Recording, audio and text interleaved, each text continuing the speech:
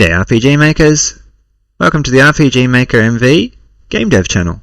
Let's make a game. Welcome back, let's continue on with our RPG Maker MV official tutorial walkthrough. We'll go to Help Tutorial and we'll go into Step 12. Usual warning, do we have the project? Yes we do. Projects, Tutorial, Game, and here we are. We're going to look at a database, and they're going to explain a few things in the database. Okay, so let's have a look at the main character and the enemies. First tab is Actors. Actors is the main character and their allies. Okay, it's a very important term in RPG Maker MV. They're going to use the word actor. I like to think of it as character, but that's okay. Or a player character, potentially. We'll also call the collection of actors the party. So this is the group that you have, and there are 4 default actors. In the actor configuration there's a class setting, so just like in any RPG that you would have played, D&D, for example, Dungeons & Dragons, most of those have classes. Harold, your default player character or actor, is a hero. Okay, heroes have abilities. Well, all classes have abilities, and you can see those abilities here. Okay, in parameter curves you can set how a value will grow with each level up. It's a bit confusing, but basically here we have some default parameters that you can see, you can find in most RPGs, which is hit points and magic points, or mana points. Okay, and you can see that the hit points will just grow linearly as you level up. Same thing with each of these stats. Okay, we also have traits. This is a setting peculiar to RPG Maker MV. Now, the traits are really just everything that can apply to the class. Actors also have traits. Classes have traits. The class traits apply to all of the actors who are part of that class. The actor traits will only apply to the specific actor. So if you want it to be a general trait that applies to everyone who is a hero, a warrior, a mage, or a priest, then you would put your traits under here. Okay, there are things like hit and evasion rates, skill types, equipable weapons, equipable armor, etc.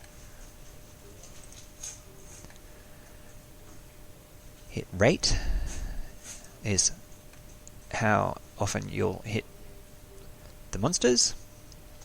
If you accidentally delete it, the hit rate will be 0%. You'll never hit it. You'll never get an attack. Okay, evasion rate is how often you dodge monsters, etc. Okay, traits, you can also be added to weapons and armor and equipment. So these traits will apply to the actor, the character, when they have this equipment put on.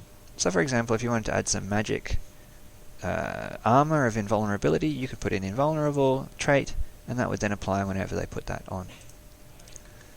Here is a hit rate 0%, okay, but this is an addition to your default hit rate. So if you find 95% is the default and you added 5%, they'd hit every single time. Please click the States tab. States are fairly self-explanatory. If you look at the states that are here, you can see things like Guard, Immortal, Poison, Blind. Knockout is actually a state that is used to show effectively if you're dead in combat, but you can come back.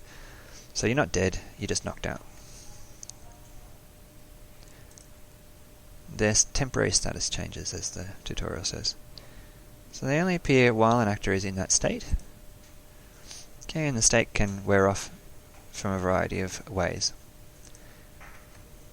Okay, you can have a look at skills to learn. Skills are generated from magic or special moves. So you can learn these skills. So these are the traits that you start off with, and you can learn new skills. Okay, if you click on skill, for example, attack and guard are defaults. Magic, here you've got 8 through 10 default magic traits, skills. Okay, so there's some skill descriptions which are all blank. Let's add some descriptions. Click on heal. Okay, and we'll type in restores 200 plus HP. Now, okay, so why would that be 200 plus HP? You can see over here, under the damage, it actually has HP recover. That probably should be effect. It has hit points recovery. The formula is 200 plus, and if you hover over here, it will give you the user's attack, the magic attack. So the user is A, the target is B, and these are the various factors that go into that formula.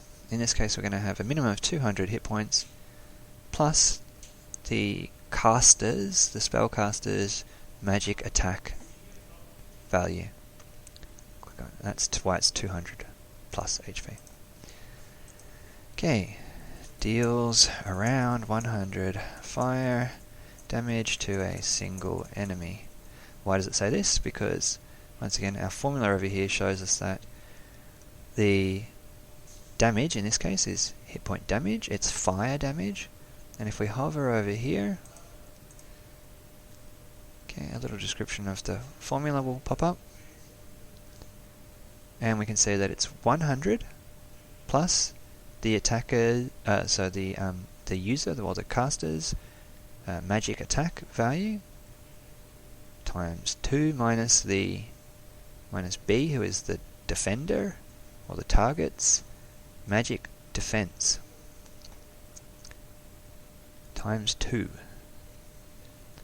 Okay, so attacker's magic times 2 minus defender's defense times 2 with plus 100. Right. Now, that's one enemy, okay, on the fire spell, and spark deals around 100 electric damage to all enemies. So we can see that that's HP damage. It's thunder or lightning, depending on, but in the default it's called thunder. There's the formula, so it's 100 plus the attacker or the caster's magic attack times 2 minus the defender's magic defense times 2. There's variance. There's no critical hits, no variance. The scope is all enemies, and it's only on the battle screen, so that's why it deals around 100 electric damage to all enemies. Now that's saying that the player will see the description. Okay, let's click the items tab. Number 1, potion. Okay, restores 500 HP. And how do we know that's going to be exactly 500? Because under here we've got effects, recover HP, 500. So there's no formula here, it's just straight up 500. Okay, restores 200 MP. And same deal again, effects, recover MP, 200. Cure status ailments, except knockout. So, what statuses does it cure? Well, in this case they're all manually set up. It removes states poison, blind, silence, rage, confusion, fascination, and sleep, which are all the default states that were in the pack, except for knockout, so it doesn't revive you if you've been killed effectively in battle, if you've been knocked out in battle. Revives a knocked out ally at half of their max HP. So it removes your state knockout, and then it will recover your hit points, and that will be the target's hit points, and it will be, if we hover over here, MHP is the max hit points, Okay, so target's max hit points divided by 2. Scope is just one ally who is dead, so one ally who's knocked out, and it will always apply. Let's click on the enemies tab. There's 4 enemies. Okay, you can set ability values and traits, just like with actors. And when you change the action pattern, you can make them use skills and set skills they can use depending on a condition. Just making enemies enough for them to show up in battle, you need to make troops and add them there. Click the troops tab. So I like to think of this as the enemy characters, and I like to think of this as encounters. So an encounter is something that you can call up using an item, using an NPC, using a location, for example, and then that encounter will feature various enemies. So there are 4 enemy troops or encounters registered in the list. Enemies are added alone or in groups. Okay, these troops are the groups of enemies the party will actually battle. So it could be called enemy groups if you like, if that makes it easy for you to think of. I'm going to remove enemies from the troops here. In the second half of this step, we'll create a troop. Okay, it's possible to test battles here without launching the game. Click Battle Test, and you can see here is your battle testing default settings. You can change these settings to test out different scenarios without having to go through and play the whole game. Click OK.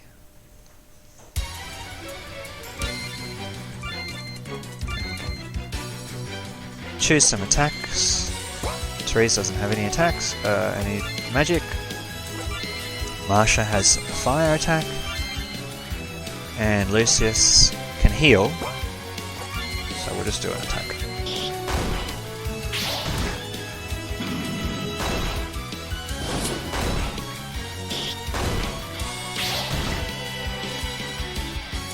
Okay, we're just going to close that down. So you can run through and do some default attacks. We don't want to try again. You can battle test and play test. We can also make our battles side view. So that was a front view. We can do side view. Change it up to side view. Click battle test. Click OK. And now we can see that our characters emerge and we can see them doing some animations as they attack.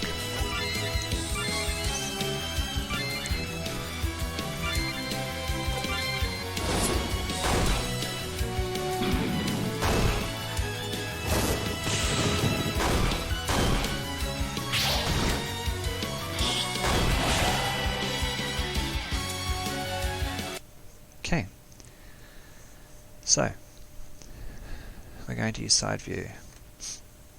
One thing that we did notice is that these bats might be just a little bit too close in that side view, and maybe we can change it so it's a little bit more dynamic. You can just click and drag and move them around. Change the maximum from 4 to 5. Click OK. We're going to click on this new troop.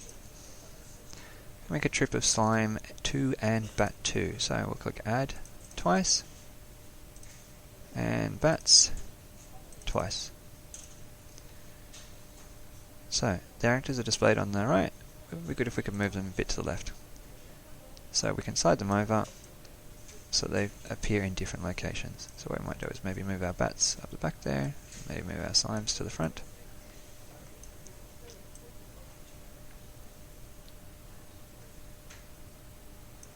Okay.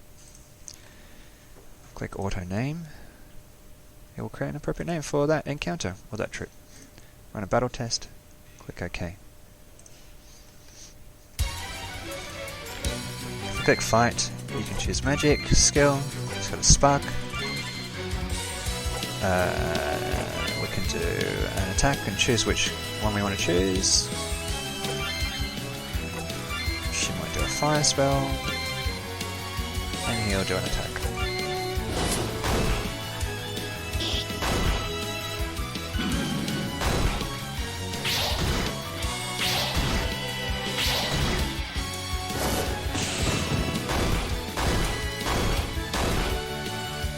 And we can see that that spark spell hit all enemies. Okay, click OK, and that will save all of the information to the database. Click Save. that is the end of the official tutorial. One thing that you may not be aware of is that with the default downloadables, you will find on downloaded content, you will find that there are some additional extensions to this. If you go to Steam Apps Common RPG Maker MV DLC, you'll find that, for example, RPG Maker MV, there is a new data fantasy folder. Now the new data folder is your default template for new projects. So anything you change under here will be reflected in every new project that you make by clicking File, New Project. Just below that, you find New Data Fantasy English, and there is a data set in there, and there's a bunch of different weapons and trips, states, skills, items, enemies, classes, armors, and actors to go backwards. You can copy these. For example, if you want to add the weapons, you can copy those. You could paste it into your tutorial, data, weapons folder and just copy over that, or rename this one old and paste that in as new.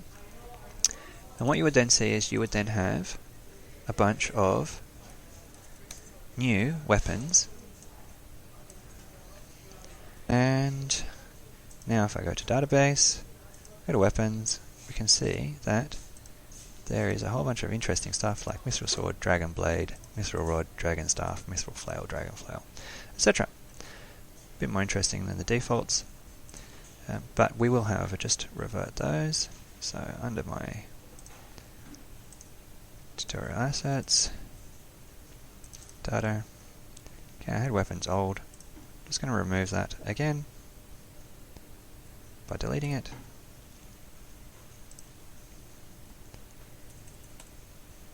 Rename that back to the original. Close without saving. Open the file. And now it should reload all those as it was. Okay. And we still have our descriptions that we just did in the tutorial.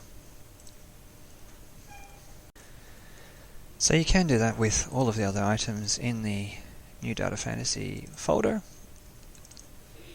So there's actors, armors, classes, enemies, items, skills, states, trips, and weapons. If you like, you can copy and paste them into your data folder. So under your tutorial project, data, copy and paste and replace those. Saving a copy of your originals. If you're really adventurous, you can even put them into your new data folder. Remember to save a copy of this, and that will actually overwrite your default templates. That way you can then start to work on creating your default template for your world that you want to use in the future. That's the end of the extended version. Let's move on to the next step. That's the end of this video. Thanks for watching. If you liked what you saw, please consider smashing that like and subscribe buttons, as they do help with the algorithm. Now it's time for you to go and make your game. See you in the next one.